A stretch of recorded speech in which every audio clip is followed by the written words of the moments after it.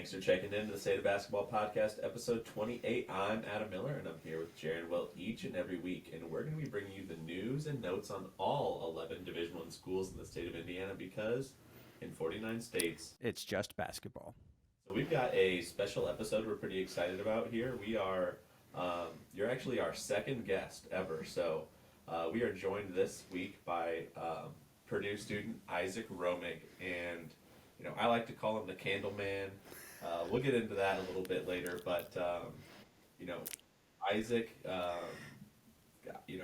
from at least from what I saw on Twitter, was kind of popping off on Twitter during Purdue's season, especially during the NCAA tournament run.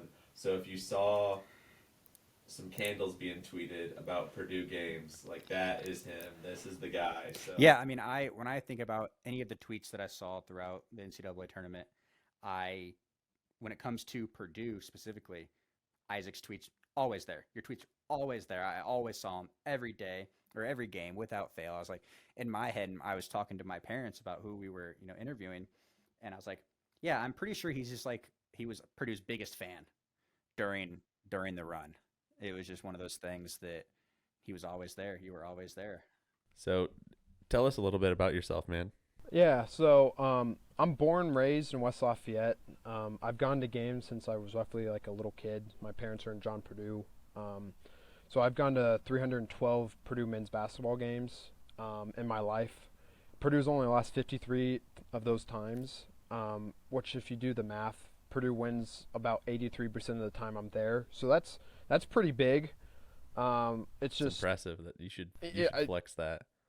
I know, not. I don't like to say that, but it's also for like football too. I've gone to I think 155 football games, so winning percentage on that side's a little bit. It's about 50-50, but Purdue's had some rough years in recent history. So, but basketball wise, Purdue 80%, not bad. I mean, think about that since 2001. So from 2001 to now, Purdue's won about 83% of the time I'm there, that's quite astonishing.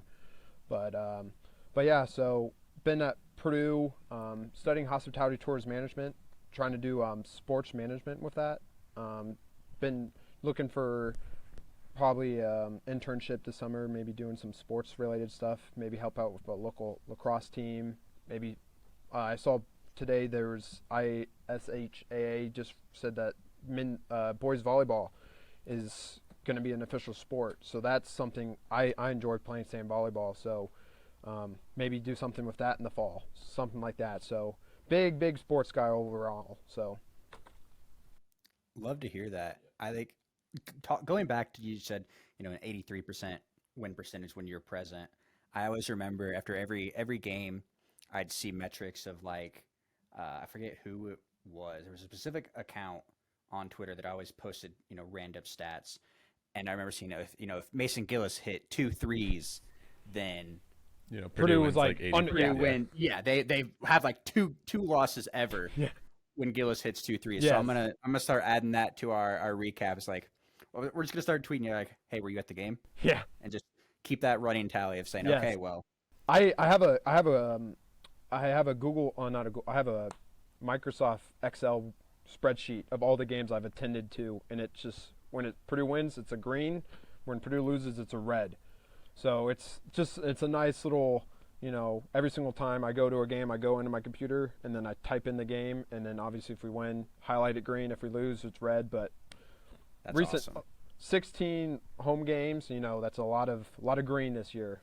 I didn't have the money to go to a lot of postseason games, but the home games, especially like that IU game, which I know was kind of pricey, but that game was beaten after last year's when we lost to them, get swept by IU, and then we sweep them this year. I mean, just chef's kiss. So. Oh yeah. Yeah, got to be there for that. Right? Yeah. Yes.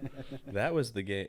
It was at Mackey when Zach Edey hit the 3, right? Yes. You were there. I was there.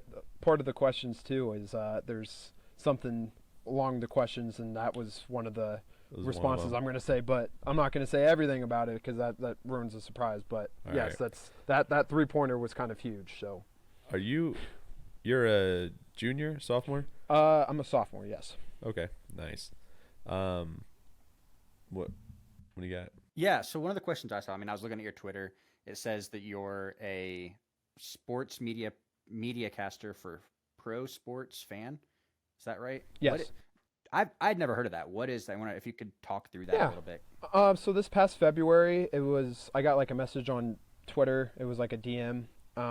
It's an app similar to like ESPN, Okay. but you can listen to people like live stream. So like let's say Purdue's playing like the last one I did was the Michigan State basketball game when we played them in the Big Ten tournament.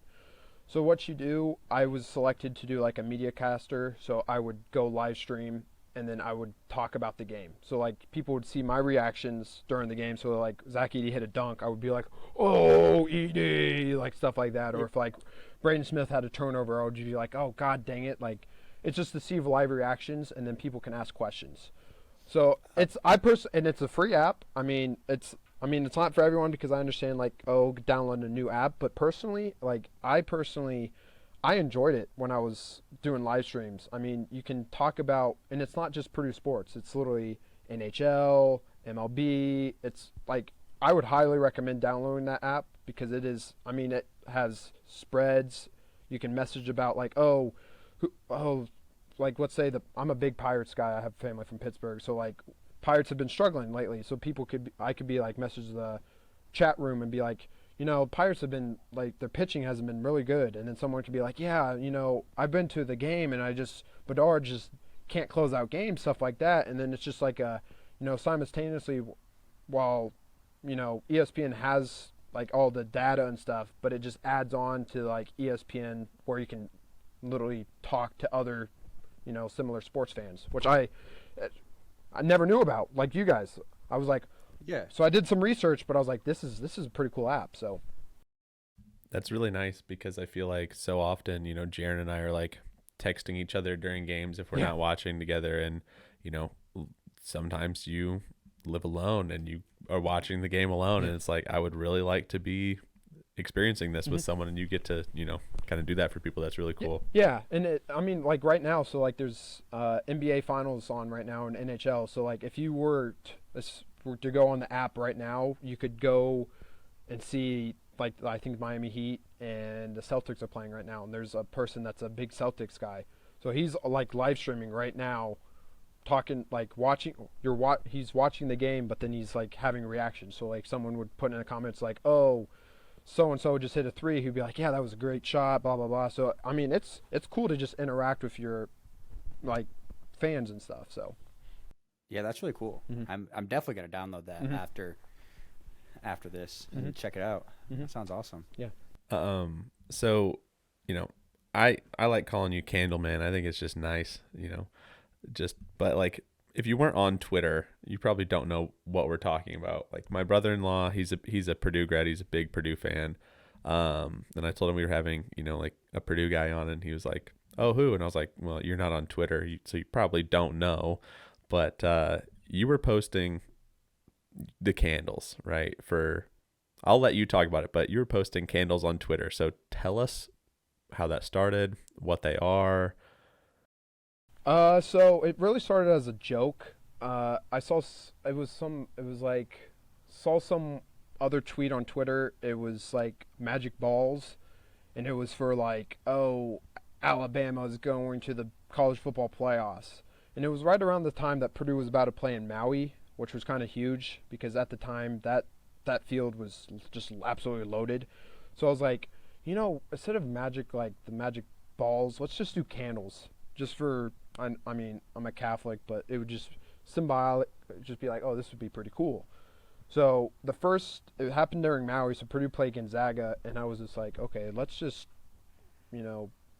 post the circle of the candles and see what goes from there. And after that, I was like, a few people picked up on it, but then Purdue won, and they were like, oh, that's pretty cool. So I did it again for the Tennessee game, and a lot more people were like, oh, so Purdue just beat Gonzaga, they're going to probably beat Tennessee. And then they did again. And then the Marquette game, which was literally the Maui Invitational Championship, I did it again, and then Purdue won, and everyone was like, whoa, this is pretty cool. So all season, like from that moment going forward, Purdue went on a 25-5 streak when I posted candles on Twitter, and those 5 losses were at Northwestern, which that game we just we just had a meltdown. At Nebraska, which I mean the candles just couldn't stop Keisei Tominaga. He was just a little killing us from 3. He was immune from the candles apparently. And then at Ohio State, Castle just, I mean, he was immune to the voodoo good magic of the candles. The Wisconsin Big Ten tournament game, I mean, that was another, like, oh man. And then the last one was UConn. But during 25-5 for just posting a funny little candle circle is, I mean, that's pretty big. I mean, we had some big wins in those too, like beating Arizona, beating Alabama, sweeping IU. I mean, and originally, if you go to my Twitter on my first page, when Purdue was announced as a 1 seed, I put in a prayer candle circle as Purdue will go to the Final Four. Purdue hadn't gone to the Final Four before the season in 44 years. So I was like, you know, if the candles have been doing so much magic, let's just hope that. So if you go to my Twitter account, my pinned tweet is Purdue will make it to the Final Four, and that's pretty cool. That all the summoning of the good magic made Purdue go. I mean, I'm not going to take the entire. I wasn't on the team, so I'm not going to take some of the. But you know, I need a little bit of recognition. I'll say that. Yeah. So. Mason Gillis, 6th man of the year right here. Yeah. So the candles were, I mean, you know, you saw the crystal ball thing, but the candles was just all you. Mm-hmm.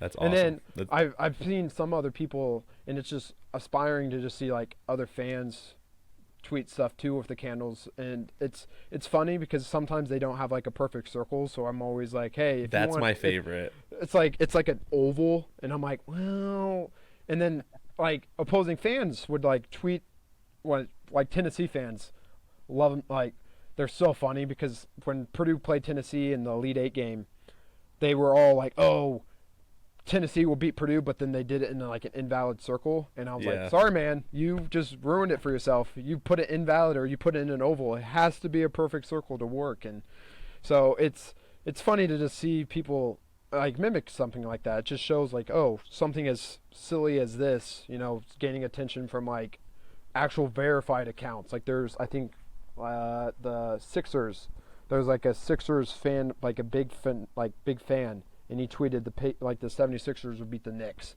or something. And he has like, I think 160,000 followers on Twitter, and he posted something like that. I was like, that's pretty cool. You're making moves. I scrolled through his history, and he never posted something, so I was like, wonder where he got the candle idea from. So yeah, I really like when I felt like it was always Tennessee or Illinois people who were trying to post the candle circle, and then it would be like the bottom would be right, but then the top 2 candles would just be completely wrong. Yes, it's the asterisk mark that that's the hidden secret. If you didn't have that little asterisk in the top left-hand corner, the circle wasn't going to be complete. So now I know. Tips of the trade. Yes. Little peek behind the We will curtain. never post an invalid circle. when I tweeted at you, I tweeted it and like it was about to post, and I was like, okay, it looks good, but I'm gonna have quick fingers here, and I'm gonna delete this so quick. If it's an invalid circle, I will try again. Oh. But yeah, so speaking of, you know, the candle circle, you're wearing the sweatshirt now. Like, Yes. Incredible how quickly you got that done. Like, how'd you pull it off? Like, who did you like? How did the process go? So I have a friend that makes custom merch. His Instagram tag, if you want to look it up, is Hammered Threads. So I messaged him after I promised some friends, I was like, hey, if Purdue makes it to the Final Four, I might make some merch. Purdue made it to the Final Four, and I kept my promise. So I messaged him. Took about like a week to get like the design going.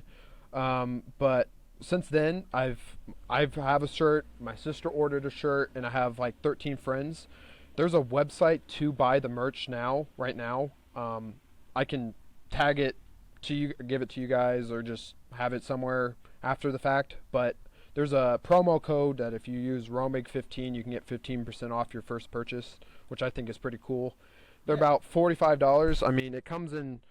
You can get it in tan or this white, but it's a little hard to see in the white. But if you get it in the tan, you can see the candles. It's embroidered, but it says Purdue will beat and then fill in the blank. So what I'll do, come basketball season, football season, I'll have like blue masking tape, and then let's say Nice. the first football game, it would be ISU. Assuming we don't need candles for that, I'm going to probably just skip over that. You never know, though. But the first, I'm going to probably wear this for the Notre Dame game because obviously Notre Dame's top 15 team, so I'll probably put Notre Dame underneath, and I'll wear this to the game. That's my go-to move. But yeah, it's crazy how that worked out, and it's very comfortable. I mean, it's cool. I've had multiple people going on campus, and they're like, "Where'd you get that?" And I was like, "Well, my friend made it," and I showed them the Twitter, and they're like, "Oh, that's you! Oh my gosh, it's so cool! Can I get a picture?" And I'm like, "Sure." Like, I'm just an average dude. They're like, "Oh, you're the candle man." I'm like, "Yep, that's me." So He's just like me for real. yeah, That's really cool. That's impressive. I mean, how many people have their own promo code, right? yeah. Well, yeah, Not it's everyone gets to just say 15. I mean, 15. Like, it's about $45 to get like a sweatshirt. that. So, obviously, it's been 44 years, right, since it happened, but Purdue makes it to the Final Four, and obviously, this whole season was probably a ton of fun to be on campus. So, tell us about what it was like, as the year goes on. Like, you realize, like, I think you should have been preseason number one. Yeah. You weren't. I think you should have been. You were in Ken Palm, but you just, as the year goes on, it's like, no, we have a real shot of this. So tell us about what it was like being at Purdue this year when they made it to the Final Four. I would say going like after the Maui tournament, it was kind of like, okay, that was a big test, and going through that, I was like, Purdue has a legitimate shot. And then when we beat Alabama and Arizona, I was also like, hey, this Purdue team might actually do some damage. And as the season progressed, it looked like the two best teams in the country were clearly the UConn Huskies and the Purdue Boilermakers, and it was like Absolutely. a collision. It literally looked like a collision course. Like if all the gods from above had made it seem, it would be like, okay, hopefully in the championship it would be Purdue and UConn, and luckily that's what happened, and unfortunately Purdue just ran into a very, very good UConn team. But as all those wins that accumulated, so I mean, even the small wins, but like beating Michigan at home by like almost 40 points, those small wins even helped because it was cool to just see, Carson hitting the threes and having the bench come in, and then I mean, like what Painter said too, it's crazy to just, the atmosphere at Purdue, paint crew having that many sellouts. I can't think of the correct number off the top of my head, but to have, I think we've sold out since the beginning of the 2019 season, excluding the COVID year. So that's pretty big to think about. So the class not having a sellout almost every game, that's pretty huge. So. And you guys, I don't even remember, like, the last time you lost. And do you remember off the top of your head when the last time Purdue lost in Mackey was? While I was there, or just like when the last time Purdue lost in general? Just the last time Purdue lost. I guess it would be both because I think they lost to well, IU. the lost to IU last year would 2 be years the last ago. time. Or it would be last year. It would be 2023. It was The like 22, yeah. Yeah, the 22-23 season, Purdue lost to IU at home. So Yeah, you guys were just, on a roll after that. Yeah. I mean, I don't know. I feel like Purdue just all year, like we always talk about this show, like if you remember the COVID year, yeah,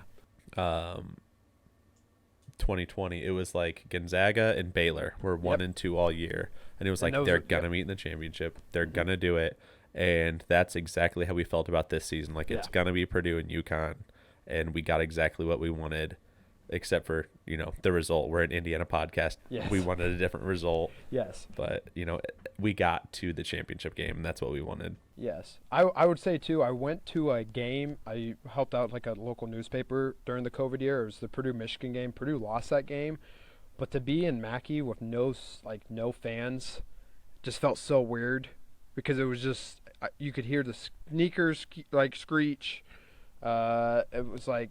It was so weird to just be in Mackey with no one except for the coaches and media. It felt very weird. I'll say that much. You hear them call all their plays and everything. I could hear Jawan Howard screaming. I was like, this feels so weird. It felt so weird. It's like eerie almost. It did, because they had to pump in crowd noise. They literally would be like, oh. I'm like, this feels so fake. This doesn't feel real. It feels so fake. So that's crazy to think about. But yeah, and it's also too this past season. I believe if I remember correctly, the three top five. There's 3 times this past season Purdue at Mackey during the games were the loudest Mackey's ever been in the history. It was unofficially when Zach Edey hit a 3. I think that was 126 decibels, which unofficially. Apparently the person didn't record it, but apparently that's what someone said that was. Who dropped the ball there? Yeah. Come on. Yeah, that's I don't know, but someone apparently they didn't work that day or something, so I don't know how they didn't have a fill-in. And then the second would be, I believe it was Fletcher Lawyer's OT3 against Northwestern, and then the third loudest, I believe, was the Rutgers game. So to have 3, in the history of Mackey, this past season having 3, the top. I think it was 1, 2, and 4. So that's pretty crazy to think about how the energy this season to have the 3 of the top 5 loudest times Mackey's gotten loud would be this past season. So Rightfully so. Yeah, and that kind of leads into our next question of, what was your favorite, thinking about this season, what was your favorite on-court moment? Aside from going to the Final Four, obviously that's probably going to be the number one. Yes. Looking past that, in general, what was your favorite on-court moment? On court, I would say pretty easy. It would be Edey hitting his 3. Calling it that morning, I said, if Edey's ever going to hit a 3, it should be against IU. His last game against IU at home, I was like, might as well. So I tweeted it out as candles. And the second halftime, I was like, man, I really hope he hits one, because it's like halftime talking to people around me. The second he gets the ball from Braden Smith, and he shoots it, and I'm like, oh. I fell out of, I was standing on the bleachers. I was jumping so crazy. I was like, oh my God, he just hit a 3. And I told, everyone was like, holy he just said, I was telling people at halftime, I was like, yeah, I showed him the tweet. And they're like, you called that. And I go onto Twitter, and my phone just blowing up. So Flaming Hot Takes quote tweeted me. I think Barstool quote tweeted me. Sports Center quote tweeted me. I was like, my phone, I had to mute my notification. I had to turn off notifications on Twitter because my phone was blowing up. That tweet was just going berserk. I was like, this is incredible. So that had to be the best. I mean, just to see it in person, to call something like that, because obviously he's not known to hit 3s. I mean, right. So his 50%. The 6th best shooter this season. Yeah. 6th best 3-point shooter of all time in the Big Ten goes to Zach Edey. So crazy. So I appreciate the very few times that Zach Edey gets on Twitter, because it's always funny. When he took his first 3 and then his foot was on the line and they ruled it a 2 or whatever, and then someone tweeted about it, and he quote tweeted and was like, still 100% from 3. Yep. And then the next game he missed one, he was like, never mind. Yeah. Well, I showed him after the IU game. I stayed after to get a picture with him, and I showed him the candles, and he was like, that's pretty sick. So I go through, and sure enough, he didn't retweet it, but he liked it. A lot of people liked it. And I showed him it. I was like, hey, I don't know if you saw this. And he was like, oh, that's pretty cool. So I showed Zach Edey the actual candles, which I thought was, in the moment he probably was like, whatever. But he afterwards, I got a notification. Zach Edey liked it. I was like, oh, maybe it's a fake account, but no, nice. it's That's real. Baby, a baby picture of Zach Edey. That's his profile. So that was him. So Yep. So we talked about on court. What was your favorite off court moment from this past season? Seeing miscellaneous basketball and football players, well, mainly basketball players, come in. I worked at Einstein's Bagels in the mornings this past spring and fall, and having them come in and just talking with them, that was pretty cool. They would come in, get coffee, get a bagel, and I would just oh, hey, Fletch, that was a great game, or talk about hey, the next opponent's IU, we lost to them last year at home. What are your thoughts? Stuff like that. To just have a 1v1 conversation with them is pretty cool. Yeah, they're athletes, but they're also human. So like to have an interaction with them like that. I mean, they could have just been like, "Sorry, I'm busy," but they took time out of their day. Probably they had a practice or something or had a class, but they spent like 5 minutes max just to talk. I mean, that was incredible. So Yeah, that's cool. I feel like people, now especially that like NIL is a thing, people just automatically assume that they're like basically pros and they Yeah. don't want to do anything with anyone else. But like that's really cool to see that they're still human, nice people that will talk to Yeah. a fellow student. Mhm. Yeah. So our next question: how's your futon doing? We saw that you were threatening to take it to Harry's and burn it. We fully supported that, but we're just curious. How's it going? How's it yeah, so it made it all the way near Harry's. It was on top of there's a Target, so there's an apartment complex. But I had it ready to go for the championship game. But I had it. I went down to see the solar eclipse at IMS, and I told my friend, I was like, "Hey, I'm gonna go watch it, the game at Mackey." And I did that, and then obviously Purdue. I mean, it survived, unfortunately, but I had all the supplies ready to go. So I will say though that there's a slim off chance that if Purdue were to pull an upset in football, that futon might not survive. So if Purdue I'll were to have pull to- an upset at maybe Notre Dame, I mean we Yeah, have some we'll good have that opponents Notre Dame coming up. game Notre penciled in. Dame, Penn State game, or Oregon, like that Oregon game.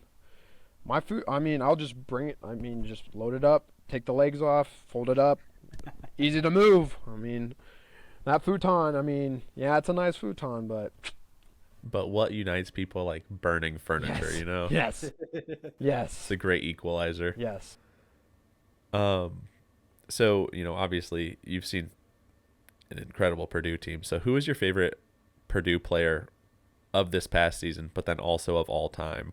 So this past season, I would say Edie. I know that's kind of a lame answer, but it's just, I mean, for how dominant he was, I really don't think like in general, not just Purdue. Like I know we have Jacobson coming in and we have Will Berg, but like for Zach Edey to come from like a nobody, like he said it himself, senior day, he was a nobody, and he just won back-to-back National Player of the Years. Like I don't think college basketball is going to see another player like Zach Edey for quite a while. I mean, it might happen again in 20 years, but that's 20 years from now. So that was to see what Edey has did during his college career is just incredible. And then I would say all time, I know it's I'm only going to say off the games that I've witnessed. I would say it's probably Carson Edwards, only Just because electric. it's just like the way he just shot the ball was just so pure. I mean, the run in 2019. I mean, yeah, losing to Virginia sucked, but the way it was just like he would pull up from like a Caitlin Clark three. He would just just be like, well, yep, and boom. I was like, how? What? No, like one hit backboard, it would just go straight in. I'm like, this is incredible.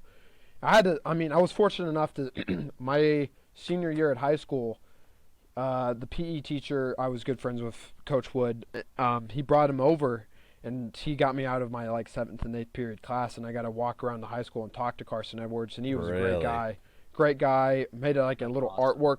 artwork for him. He signed it. It was it was a picture of his head, but it was Carson Edwards, Purdue basketball. It was a cool. I mean, took maybe it was like a project we had to do. It was like digital art, and he was like, "Oh, this is pretty cool. Can I have a copy?" And sure enough, I had an extra copy, but he signed one so I could keep, and then he has one. So that was. I mean, he's a great dude to just talk basketball with. Like I said, take time to just do something like that. So That's awesome. That's all. I always, loved Carson, but also hated when he played against. I grew up an IU fan, so in my core I'm an IU fan, and just seeing him play against us was never. yeah, was always scary. It was always scary. that one dunk. Remember, just I'm not playing. I mean, that was. Oh man, that was a good dunk. So Yeah. Purdue's Yeah. had those guys who will Yes. just light you up, Edwards and then Just Klein guys that have. and then yeah. Stefanovic was just nuclear when he wanted to be, just catch and shoot like Yep. crazy. So, thinking about next season, what are your thoughts on what it's going to be like? I mean, losing a guy like Edie Wright, 2-time National Player of the Year, it I think it'll be interesting. I don't think good or bad, but I'm just curious what kind of your thoughts are. I trust in Painter. I mean, we still have Fletcher Lawyer and Braden Smith, who I think is probably going to also be an All-American next year. Braden Smith, I mean, he was this year. I think he's just going to do better. I mean, you could see the progress from freshman year to sophomore year, but that sophomore to junior year, that means he has 2 years under his belt. Like, he's gonna be great. I mean, I'm not expecting, hopefully be wrong. Maybe Purdue could be a top 1 team for a week and have 4 straight years. But I mean, Purdue, I think, I mean, even though IU's gotten some good people in the portal, I still think Purdue if the odds were to come out today, I think Purdue would be the clear favorite to win the Big Ten next year. I mean, IU's probably going to be fighting for it. I mean, we might lose that game at IU. I mean, that's okay because that makes the rivalry good. But as long as we win at Mackey, but I mean, Rutgers has 2 5-stars coming in, so it's I mean, I honestly, Purdue might we don't even know who Purdue's playing next year, especially with the West Coast teams. So that's going to be also huge. It's like, how is that going to play out? Or is Purdue going to play like Oregon on a Tuesday night and then stay out on the West Coast and play Washington on a Friday night and then come back? Or like this whole scheduling thing, I'm intrigued to see how that's going to play out, because that travel is that's going to do some damage. Like, I don't think any Big Ten team's going to win Big Ten by 3 games with that. I mean, it could happen, but just think the travel lag of going back and forth. Like a team like Rutgers, they're going to have to go. I mean, not a lot, but literally. like I can't imagine that. I mean, I know it's all about the money, but like it's going to be interesting. So. Yeah, nothing like seeing Penn State play at UCLA on a Tuesday, and then Tuesday the following night. Tuesday play at home. Yeah. Yeah. It's gonna be crazy. Yeah. So. Yeah, I mean, It'll be interesting, for sure. I mean, but I'm with you. I think that'll be. I still Purdue's team, like, Yeah. it's like the guys that they're bringing in.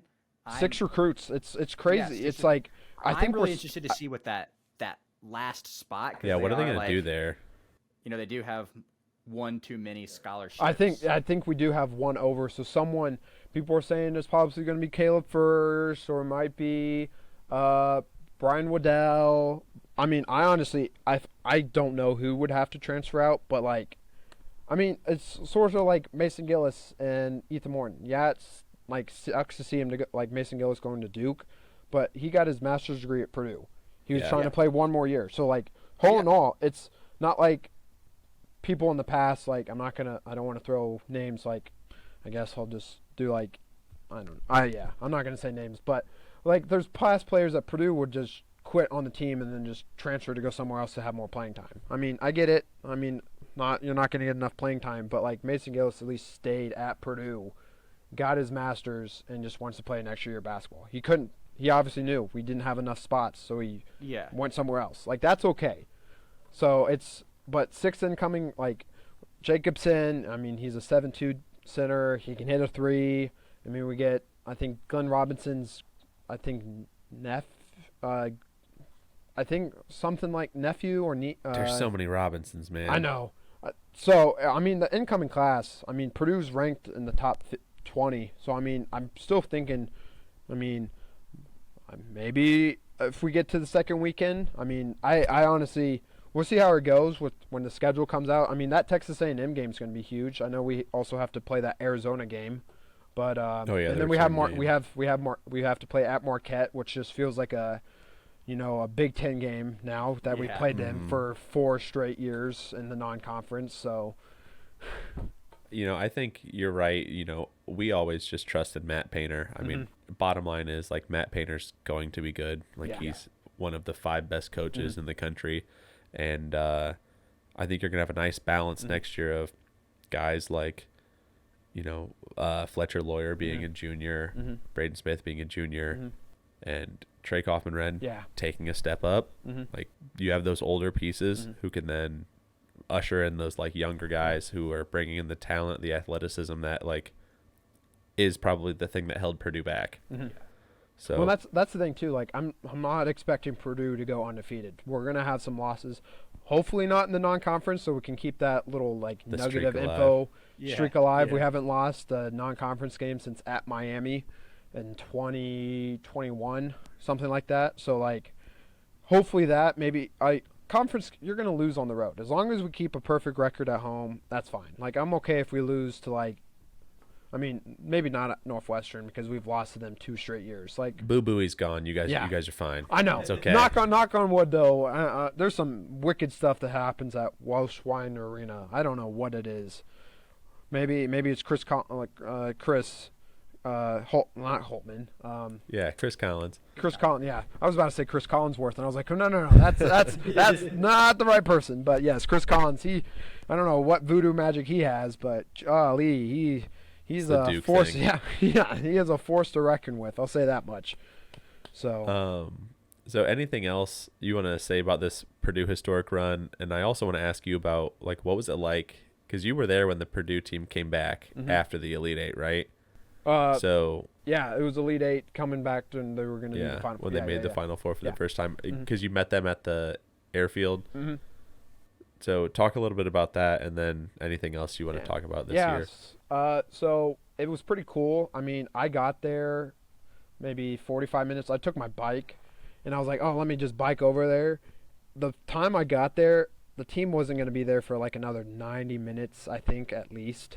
And it was just crap. Like it was like not a single file line, but there was a line from like the gate at the airport all the way to 231, and that's about like maybe a half a mile. So there was a stretch of people on the left side and right side lined up to meet the team. So I mean, if you can find me another passionate fan base like Purdue, go right ahead, tag me, share it with me. But I like to do something like that. I was shocked with. Like I was truly in awe with how many like this meant so much for like Purdue, like even Gene Katie, like there's just so much for like generations that like we had like Glenn Robinson, all the former Purdue greats that weren't ever able to get to the Final Four, and to just see the Purdue community come together and celebrate something is like, I mean, something like this, it's just incredible to think about. So, and then for like the historic run, I mean, it's glad. Like I saw someone made a tweet on Twitter. It's like a kid going to the bathroom. You know, Matt Painter finally broke the seal to go to the Final Four. So I mean, he was always getting he never wins in March. He never can get to the Final Four. But you know, it took a while. I mean, I can't think of any other coaches off the top of my head. But you know, once you break the seal, maybe Purdue can maybe go to the championship again in the future. Hopefully it's not another 44 plus years, but I mean, it's finally, to get that out of his way, he can finally get that monkey off his back. So I'm excited for next season and the years to come. I mean, Purdue's going to be, Final Four is in Indy in 2026. So that's you can't ask for a better home court advantage if Purdue finds a way to go to the Final Four. Like that would be that games in Indy for the first round. That was electric, but to have the Final Four and championship in Indy, if Purdue were to make it in 2026, that would just probably the streets melt. would be lined with fire. No, the whole state of Indiana might just melt. Lake Erie might just infest us and just blow us up or something. I don't know. Those resale tickets would be at $1 trillion. Yeah, absolutely. They'd be insane. Like, IU fans would buy them up and try to sell them, something like that. It would just Indy would just melt. So yeah, that'd be awesome. This season was a ton of fun. Yes. Like no better time to be a Purdue fan. Yeah. And like you talked about Matt Painter never wins in March, but how close was he to going to the Final Four in 2019, right? He was literally. I remember the shot too, and it was all Matt Harms had. It still irks me. Yeah. But it's in the past, just like losing to St. Peter's and North Texas and Arkansas Little Rock and Cincinnati and all those losses. but it's still like irked me. It's like it's one of those shots where like if Kuma Kite just 1 inch like off where he was shooting, Yep. it wouldn't have gone in. It literally was a perfect shot. Like That was- at the time it was like, of course this happens to Purdue, because it was like, what other team has dumb luck happen against them? Like it just made no, like it wasn't a bank shot. It literally just floated in. Like it at the time, that game just irked. Like that game made me more mad than the Fairleigh Dickinson game.